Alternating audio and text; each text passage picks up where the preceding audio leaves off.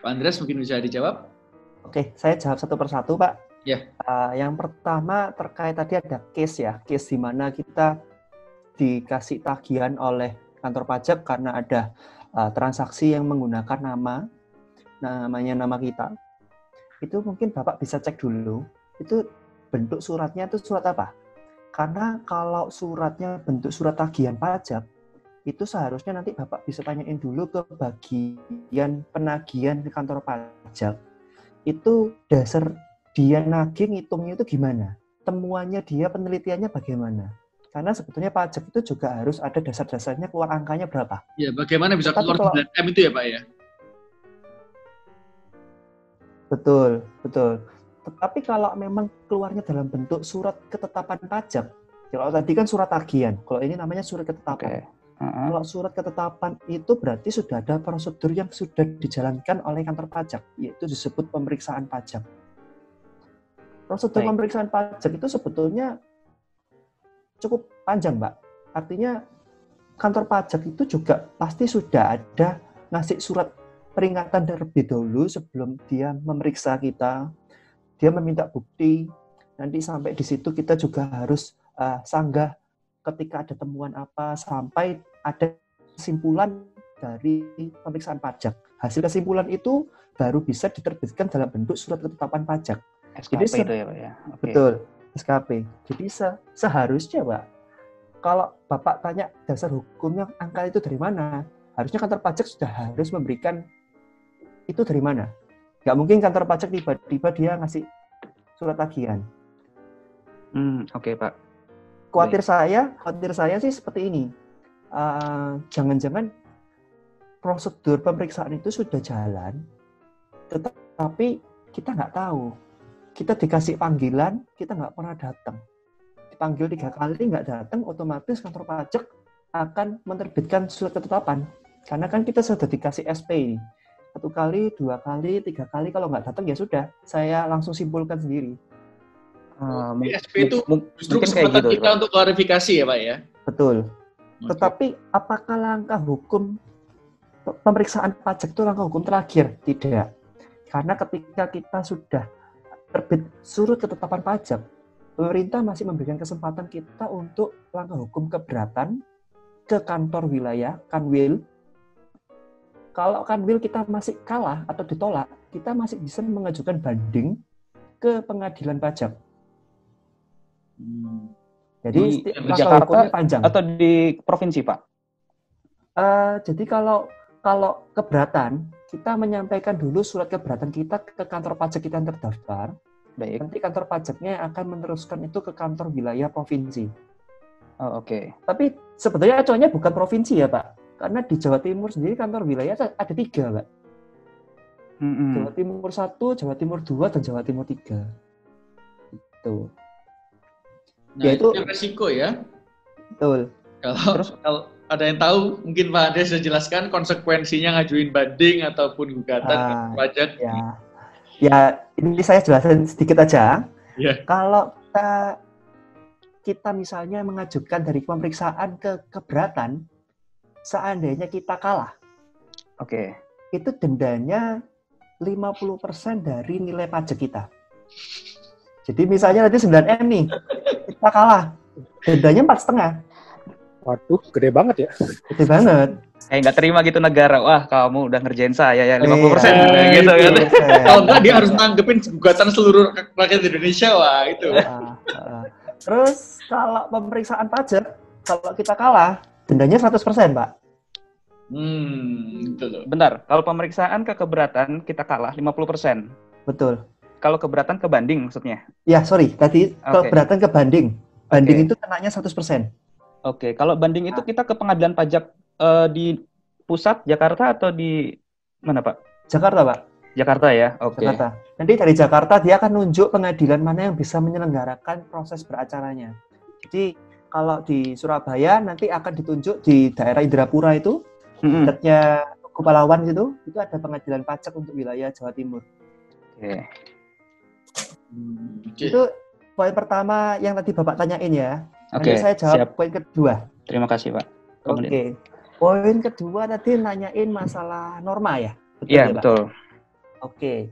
Jadi norma itu sebetulnya adalah cara perhitungan sederhana untuk khususnya pekerjaan bebas para profesional yang mempunyai omset tidak lebih dari 4,8 miliar. Oke. Bottom line-nya selalu sama, 4,8 miliar.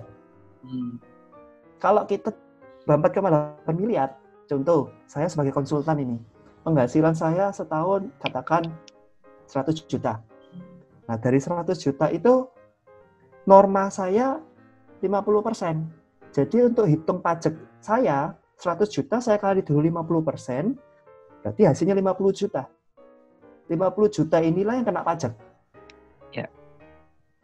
Tetapi kalau kita lebih dari 4,8 miliar, maka setiap penghasilan kita dan setiap kegiatan kita dalam 1 tahun wajib menyelenggarakan pembukuan. Pembukuan itu seperti perusahaan. Jadi pribadi harus bisa buat neraca, harus bisa buat laba rugi. Itu yang pertama.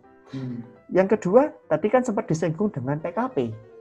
Nah, PKP ini sebetulnya kewajiban yang terpisah, karena PKP ini nanti ngomongnya PPN. Tergantung kita bagaimana memposisikan kita sebagai PKP. Kalau kita memang di bawah 4,8 miliar, berarti sebetulnya kita nggak wajib pembukuan, tetapi kita tetap harus setor PPN, karena kita sudah PPN. Sudah PKP. Tetapi kalau kita sudah lebih dari 4,8 miliar, ya tetap harus buat Pembukuan itu ya? Iya. Pembukuan. Gitu, Pak. Siap. Oke. Ya, Pak Andreas, terima kasih banyak, sudah cukup tercerahkan. Oke. Ya, makasih banyak pertanyaannya, Pak Fandi. Ya, sama. Ini, Pak Andreas, saya juga mau bertanya terkait dengan pertanyaan Pak Fandi tadi. Berarti kalau misalnya belum di bawah 4,8, katakanlah 100 juta, dibagi 2 dulu, 50% dulu, 50 juta, nah itu yang kena pajak kan ya? Nah, pajaknya itu ya 0,5% itu ya, Pak ya? Oh, enggak, Pak. Oh, enggak langsung. Nah, bukan. Gimana itu, Pak?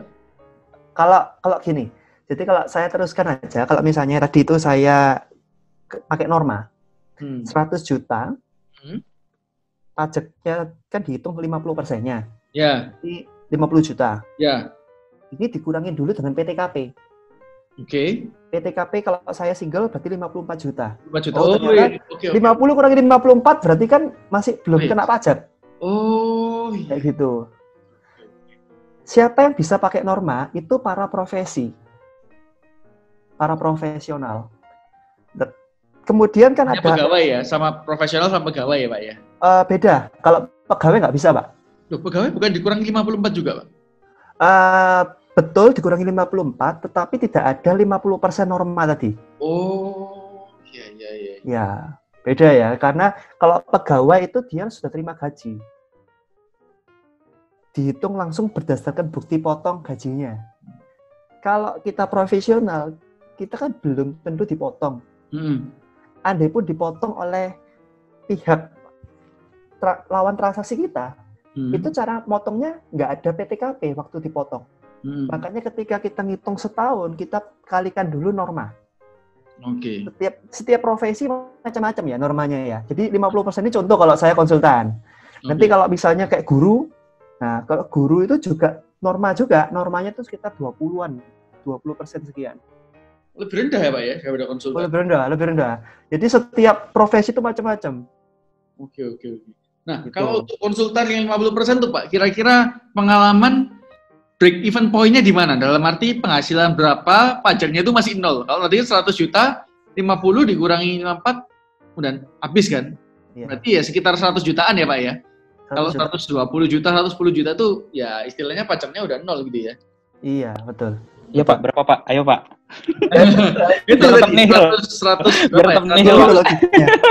10 lah, 110, 120. Nggak boleh nggak bayar, Pak. 110 lah, 110 gitu 110. Kan dibagi 2 kan masih 60 juta kurangi 54 ya, cuma 6 juta. 6 juta itu bukan itu yang dibayar kan, Pak ya? Betul. 6 juta masih 0,5% dari 6 juta.